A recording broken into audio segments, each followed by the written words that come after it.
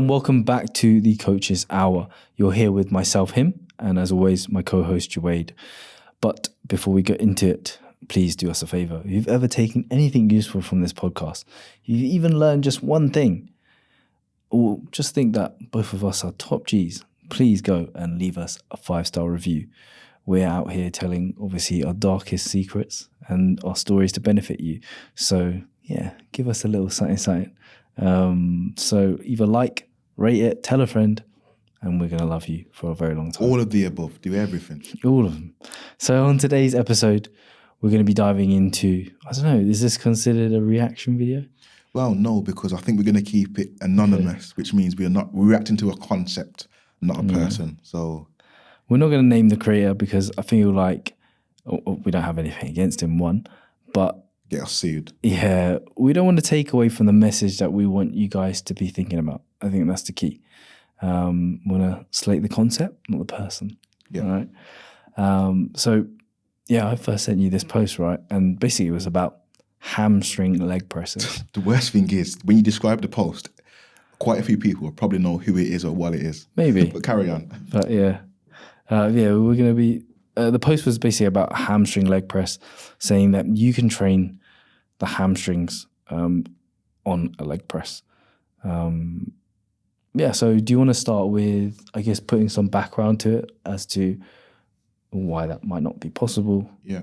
Okay, so I'm going to give some context to the post, like a little bit more context to explain why we're discussing it today. So, and if I'm wrong or I miss anything, just pull me up on that. So like, essentially the post was about the leg press working the hamstring.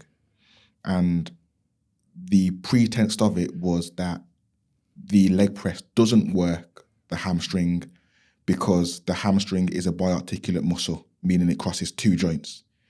And as the hip flexes on the leg press, the knee also flexes on the leg press.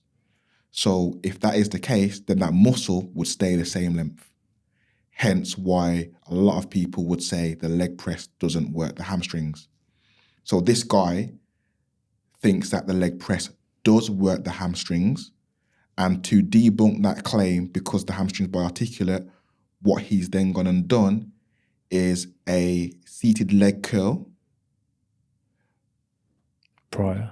Like a pre-fatigue, and then done the leg press, or maybe Also the other way around. Yeah. So he's done a leg press and then done the hamstring curl. And under normal circumstances, he can stack the leg curl. When he done the hamstring leg press before the leg curl, he then done less reps on the leg curl, which proved his point. Or less weight. Less weight, or reps, whichever one it was, which proved his point that the leg press does work the hamstring. So that might be a little bit of a mouthful I've said there, but that's the context of the post. Now, we have an issue with that. Well, maybe not an issue with that, because technically I do agree with a lot of what he's saying. But the thing that for me was a little bit interesting was the lack of context. And it's very difficult to get context on Instagram because it's a short form platform. And I think when accounts have bigger followings, when they say this is the way, a lot of people will take that for gospel without questioning, well, hang on, are there any other reasons why this could be the case? So for that particular post, he might have been right in terms of the leg press working the hamstring, which is why he then couldn't do any more on a leg curl. But he didn't then say there might be other things that we can consider that may be able to explain it as well. Have I kind of summarised that up in an okay way? Yeah, I think so. Do you think it'd be worth speaking about why the consensus is that it doesn't work? So like the biarticular muscle, right, is basically, yeah, like you said, crosses two joints. Basically, when you do an RDL, the aim is to hip hinge, right? It's to move your hips backward. When you do that, you don't want to be bending your knees, right? Or if you're doing a leg curl, you don't want to be bending your hips, right? You just want to be bending the knee. It's basically like one point fixed and the other point moving. Yeah.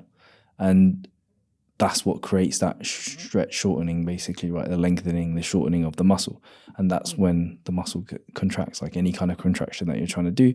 When you're trying to train it, you want to train your biceps, your bicep has to lengthen, has to shorten, right? It's the same with all muscles. But why the consensus is that from exercise mechanics standpoint, why the leg press might not train the hamstrings, or I say train the hamstrings, might not lengthen or shorten the hamstrings, is because you're getting two things at the same time, right? The hips, joints moving. The knees will be moving, or bending, and then the hip as well.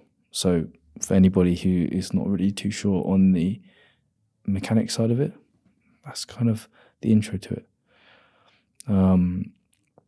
So yeah, I think let's pull a quote out. So if anybody's read this, you probably know who it is. But anyway, one of the things that he said in his caption was that there is always an explanation for everything, which I agree with. And picking that explanation that fits our biases will eventually result in a short-sighted view that leads to stagnancy, which is quite interesting. Cool. Because I believe that's exactly what's happened here. Yeah. Like, the leg press does or doesn't wear the hamstring, but it's been picked out that because he can't do as many reps after doing the leg press on the leg curl, that confirms the potential bias that he may have of the leg press being good for hamstrings. Now, for me, there's more context to it, because he might be right. I'm not saying he's wrong. But the context is, what other role might the hamstring play in the leg press if it's not doing the primary movement? I.e., might it be stabilizing the joint? Because if it's stabilizing the hip or the knee, it doesn't necessarily have to get longer or shorter, but it will still be working in an isometric maybe, which means it would still be fatigued. It doesn't mean it's the primary muscle, but of course, if you then go and do the leg curl after it, you probably won't lift as much weight, because even though the hamstring wasn't working primarily, it was still doing something, which affects its ability to produce force or output or lift weight on the desired leg curl. So I think that's just one additional piece of context, which it might not be, but it might be. And I think the real problem I had with that post, not really a problem, but I was like, well, hang on, there's no context here. And a lot of people that are impressionable will take that for gospel and be like, oh yeah, let's go and work our hamstrings on the leg press. And might not need to. It's one of those things where, could you? Maybe. Is it worth your time? Well, that's going to depend on so many different things, right? Yeah. Like who are we talking about here? Maybe for him in that context, yeah, maybe it was like a great use of his time. But perhaps if you are a PT and you have Susan, we always use Susan. We like Susan. She's 38, you see, 3 kids. She's 38, 3 kids, Susan. She doesn't have a last name either, it's just pure Susan. Just Suze. She's got a first name short and Suze. So Suze there, she might not have that much time, right? She got, was it 3 kids? 3, exactly. Yeah, so you have limited time with her in a session. Do you want to be spending that time to do a hamstring leg press? Like when you are probably reducing your range of motion in order to do that. So you got your feet like way up high, right? To do that. Ankle flexibility, flexibility, ankle dorsiflexion, knee flexion, and the ability to get your hip flexed into that position and then extend. So the way that he was doing it was always like kind of limited in terms of range of motion, right? Feet are well high on that leg press. So his knees are not really bending as much. So then it's become perhaps not, you could argue, not so great for your quads and also not perfect for your hamstrings as well. So then overall, it might be a pretty shit exercise for Susan, right? And essentially, like, it comes down to me, like, is there a more effective way to train the hamstrings? In a lot of cases, probably. But then, like, to give a positive context to it, let's say you've only got the leg press in your gym That's the only piece of equipment you've got. Of course, that is a great use of let's bias this particular muscle. We can do it. Right? Yeah. We can train the hamstrings. Exactly. Like, and that's what I mean. Like, I'm not shitting on the post or shitting on the person at all. The only thing I'm saying, which I understand is so hard to do on Instagram, which is why we're recording this now to give a little bit more context, is to like not be so definitive. And I guess it is probably the world in Instagram because we are talking about it now. If you're in the middle and you say, yeah, it depends, no one listens. If you say this is absolutely right, you'll have people agree with you. You'll also have people shit on you. Either way, people are talking about you. So it might just be playing the game of Instagram. He probably understands the context to it, but realizes that you can't spend 20 minutes, as we are doing now, breaking down a concept so people understand on a short form platform. Yeah, he might not actually do it himself. He might just say, look, it is possible. Yeah, it's just for Instagram. It's just everyone saying that it's not possible, right? Because I think that is also the narrative, right? Where, you know, I've done it myself in terms of this post where you're writing about it saying, oh, you know, your hamstrings need to work, you know, from bending and extending, you know, it's biarticular muscle. But then it almost paints that picture that that's the only way that you can train your hamstrings, right? And that your hamstrings are completely not involved when you do a leg press, which is not the case, right? There is still, just because it isn't efficient at its job there in terms of lengthening and shortening, doesn't mean that it's not being used still, right? I think that's really, really important to remember with any kind of, you know, muscles. So we kind of spoke about the hamstring and that post. Let's move away from that slightly and say, like, what other examples of biarticular muscles? And I'm going to repeat, biarticular muscles are muscles that cross two joints.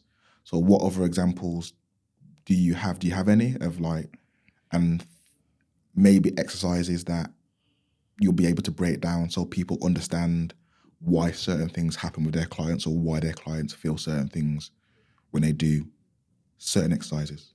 We were talking about the calf, right? Calf. Well, yeah, we were talking about the how the bottom kind of 15 degrees, you could say, of imagine if you're on a lying leg curl and you're doing the starting point of that leg curl. That first 15 degrees, you know, is heavily, you know, dominant in terms of your calf, right? Cool. So let's pull it back a little bit first. Yeah. So the calf is a biarticular muscle. Why is the calf a biarticular muscle? What joints does the calf cross? We've got the knee. Knee. And also the ankle. Perfect. So it crosses the knee and crosses the ankle. So we know that because it crosses the knee and the ankle, it will have an impact on the knee and the ankle. In a lying leg curl, we know that the knee is moving. So there's going to be other muscles that have an impact on that as well. The quads, the hamstring, but also the calf, because the calf also crosses that joint. And carry on with what you're saying then. So you said, we know that the calf is a biarticular muscle, and we were talking about the lying hamstring or lying leg curl in particular. And you said at the start of the movement or the bottom portion of the movement. That bottom portion, that first 15 degrees. When the leg's extended, the knee's extended. Yeah. That first 15 degrees of flexion is largely, a calf has a good role of that. Correct, that's right. Cool. Now, without going too deep as to why, can we agree that it's because it has mechanical advantage? Now, that just means it has more leverage to be able to move that muscle because of its attachment, move that joint, because of its attachment points. In comparison to the hamstring. Yeah. Cool.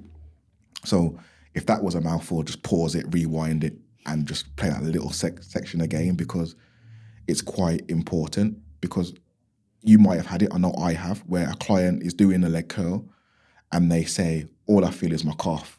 Can't feel my hamstring, all I feel is my calf. Why is this happening?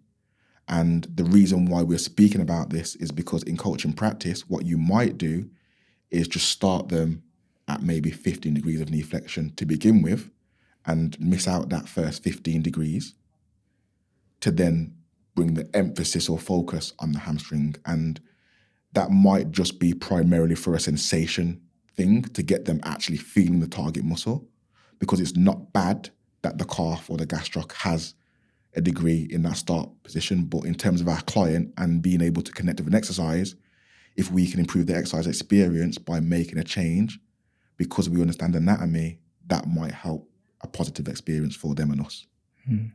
So it's kind of like, if you think of it like, it's kind of like a tug of war, right? Kind of thing where, you know, you're doing that bottom of the hamstring curl. Both the hamstrings and the calf, they both play a role in terms of pulling that leg up, right?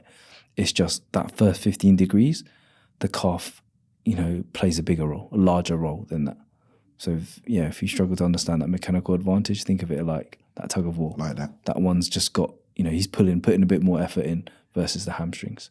Does that then make it a calf exercise? You know, could you then Calf curls, calf raises. Could you do calf? Basically, I'm going to build my calves on a 15-degree partial leg curl. But then again, you might, if that's the only pieces of equipment you have. And this is where, again, like, context is key, because there is probably no wrong or right exercise. It's what's most effective and efficient for your clients, which it means, like, and again, if you understand anatomy, forces, you can start to adapt things for the benefit of your clients rather than thinking, I've seen this on Instagram, I'm going to run with this. You can actually start to critically think about it and say, hang on, what about him? What about Jay? What happens when I've got these two people that are built differently in front of me? Does that mean that this exercise works exactly the same way for him as it would for me as well? I think, one of the biggest things that I always think about is, like, a lot of the times social media, when you're scrolling through and you see exercise analysis or people comparing exercise, they always say, this is the best.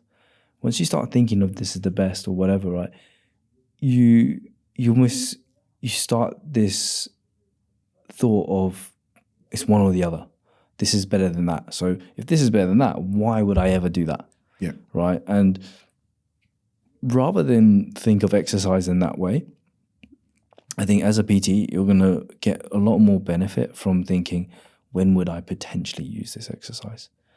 And that's the way that I like to think about it. It's like, okay, cool. Every exercise kind of has its role. When would I potentially use this, or when could I potentially use this?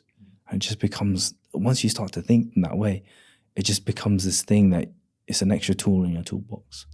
And I think, like, I do understand why people say this is the best, because they're not thinking about it from They've just removed all context, yeah, basically. but that's because it's for social media, and some of them probably do believe it's the best, and that's a different conversation. But the person that we're speaking about and the people that we are normally speaking about with the larger accounts, they probably understand the nuance and the context, but they realize that you can't convey that on social media. So they'll say the clickbait title, this is the best. But what that does is people that aren't on the same page as them, that don't see the nuance, they'll say this is the best, and they'll start doing that with Susie, who's 38 and got 3 kids. And Susie's has a horrible time now because she's been involved in several podcasts where she's been injured, she broke her ankle. She broke her ankle. She's done all this stuff. And I think it's really important. That's like the main point of this podcast. It's not a reaction video. It's just to give our context to a specific piece of content we've seen, but also to give you guys watching this just the thought process to ask questions. Yeah. And whatever, even if it's from me or him, if you see us doing something, don't think it's right, just ask the question. And I think in our content, we don't say this is the best. We say this is one way you can, or this is a way we did, not this is the way to. It's completely different. And those couple of words have a really different meaning for a lot of people. And it's just, if you don't understand it, question it, and then just go and do your own research yourself. And when you research anatomy and exercise mechanics, those are the really places where you can start to get an understanding of this stuff.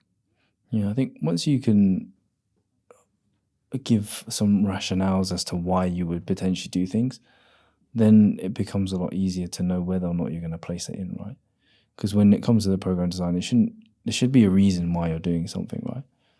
And when you can break it down, then you can start to get some sort of hierarchy in terms of, is this the right thing, right? So if you say, the reason why I'm doing this is because it's, stable. Okay, so then you're doing it from a context of stability. Okay, is this the best stability thing that you could do with this exercise, or is there something else? And that's kind of the way that you want to start to think of when you're kind of programming or designing exercise and things like that. And I think there's not enough questions asked. So I always, probably someone said it to me, I can't remember, but the thing that I say to myself now is every exercise in a program, if my client asks me why is that in there, I need to be able to give an example. And it doesn't mean that you need to have a very scientific example for every single exercise. Why is leg extension in there? Because we want to work your quads. In some cases, that's perfectly fine. Or it might be, we want to work your quads from a stable environment and have your knee as the only joint that's moving. Why am I squatting? Because we want to bias your quads. We're going to put the heel wedge in because that will allow us to bias your quads a little bit more efficiently than having you standing on the floor. It's just the why. And the why doesn't necessarily need to be completely right because no one ever gets things 100% right, but it just gives you the context that you're doing the best of you that you can at the time. If you're not asking the why, you may as well just get a program off Google and just give them that because there is no context behind it. It's just a program that's thrown together. Yeah. What do you think of, when people say it's just hard, and we're going to do it because it's hard, or we do it because you enjoy it? Enjoy? What do you mean? So just can you give me So when you say it's hard, like as in like I want to do it because I want to feel the burn. It's just a difficult exercise to do, And I want to do it. Yeah. So when like a client asks you, like, "Why are you going to do this?" It's like, yeah, there's the hard stuff. Yeah. So that's an interesting question because I think I've gone not full circle. I've changed my opinion on that. Before it used to be like, no, there's no place for it in here.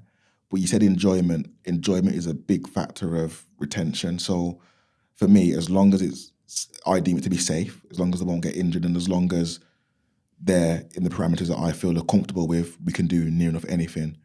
If they say, like, if they try and ask the why, it's because you enjoy it. Is there a more effective way we can do this? Yes. I will tell them the more effective way, in my opinion. And if they don't want to do it that way, that's perfectly fine. It will take a little bit longer, but you'll enjoy it a little bit more. And if you're happy and you're safe, I'm a happy coach. I think I used to be more rigid with, no, it's kind of like my way or the highway. And if it just comes down to it's hard, like we can make any exercise feel hard. Just hold your breath. Yeah. Don't pass out. But like, because I've heard someone say like, the leg extension is really easy. 15 reps later, they're fried, can't do any more quad movements because we know how to take someone through a difficult set on any exercise. We can just control tempo, control what's moving and what's not moving, control different things that mean that easy exercise now becomes hard. So if it's just hard, like I could fry someone in 15 minutes in a PT session. Probably don't because they won't be able to recover. Susie, she's got to work tomorrow, won't be able to recover. So it's like, what's the definition of hard and why do they want it to be hard? I think, those reasons are they're very valid, but I think the majority of your session shouldn't be based around that. It shouldn't be like if there's exercise like 6 exercises, at least you can't say 5 of them. So I'm doing it because it's hard. And easy, no. I think that's what I mean. So like 1 or 2. Yeah, you scatter them in, not the whole program. So yeah, that's it. So you got to have a bit more beyond that. Those kind of rationales, but they're very perfectly good reasons for doing things as well. All right, is there anything else that you want to add into it? Nah, I'm cool. We got through the episode without saying the guy's name. I'd laugh if people just like knew straight away. Yeah. Like, it's him. Tag him. Someone just tag him. I was going to come for you. Him owns this podcast. I'm just a very special guy. It's fine. All lawsuits directed at him. We got context, right? We even said that we don't dislike him. So cool. All right, so that's a wrap, man. That's a wrap. We hope you enjoyed this episode. Making me hungry, that is. As always, you can find us on social media. Mine is at Gym with Him, and my co-host Jawade is at Jawade Graham Coach. And we'll see you next time on the Coach's Hour. That's a wrap. Bye.